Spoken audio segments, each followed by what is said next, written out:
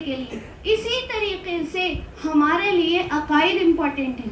اگر ہمارے عقائد میں ذرا سی بھی کمی آتی ہے وہ بالکل ایسا ہی ہے جیسے کوئی ایک عمارت کھڑی کر رہا ہو, کوئی تعمیر چل رہی ہو, چوکھے لگائے جا رہے ہو, اب کسی نے آڑا چوکھا لگا دیا یا پھر دیوار آڑی کر دی, کوئی بھی اس کے اندر کجی آ گئی, ایکسار نہیں ہوئی, تو سب سے نیچے کا اگر چوکھا غلط لگا ہے تو پوری عمارت ٹیڑھی بنتی چلی جائے گی. ایسا ہی ہوگا نا؟ تو بالکل ایسی ہی عقائد کی مثال ہے.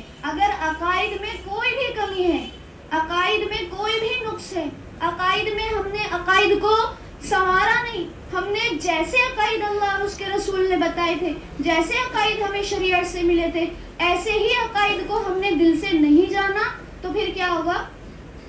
پھر کیا ہوگا؟ ہمارے اسلام کی عمارت جو ہے وہ ٹیڑھی ہو جائے گی اور وہ ہمیشہ ٹیڑھی ہی چلتی رہے گی. اسی ٹیڑھی عمارت کے ساتھ کیا ہوگا؟ ہم دنیا سے چلے جائیں گے اور ہمارا ایمان کامل اور مکمل نہیں مانا جائے گا. ٹھیک ہے, عقائد یہ ہے. اب عقائد میں سب سے ضروری چیزیں کیا ہیں؟ آپ نے ایمان مفصل پڑھی ہوگی, کسی کو یاد ہے ایمان مفصل؟ یاد ہے کسی کو ایمان مفصل؟ جی کھڑے ہو جائیے.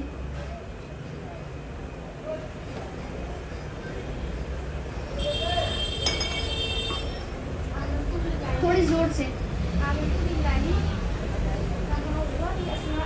آمنت باللہ و ملائکتہ, ایمان مجمل. آمنت باللہ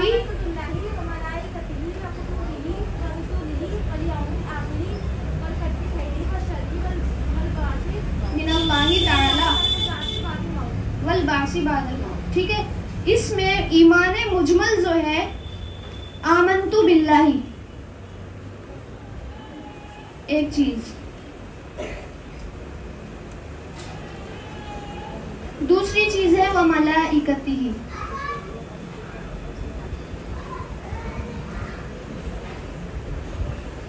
تیسری ہے وکتبہ,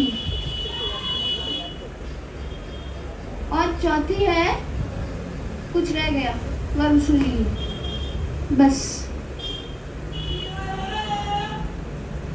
ان چاروں چیزوں کے بارے میں ہمارے کیا عقائد ہونے چاہیے, ہماری کیا سوچ ہونی چاہیے, کیا ہمارا ماننا ہونا چاہیے, آج ہم یہ پڑھیں گے.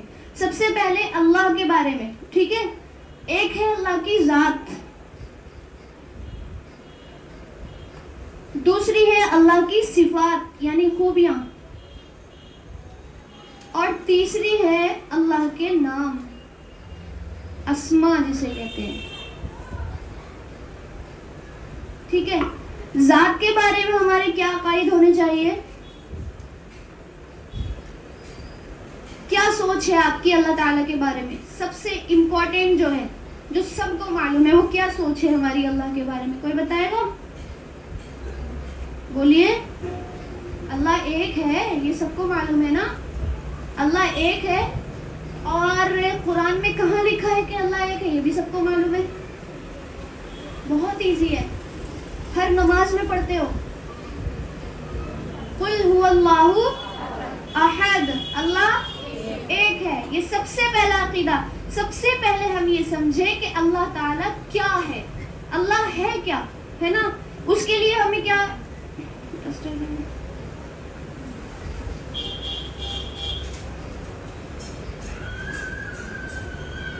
اللہ کیا ہے,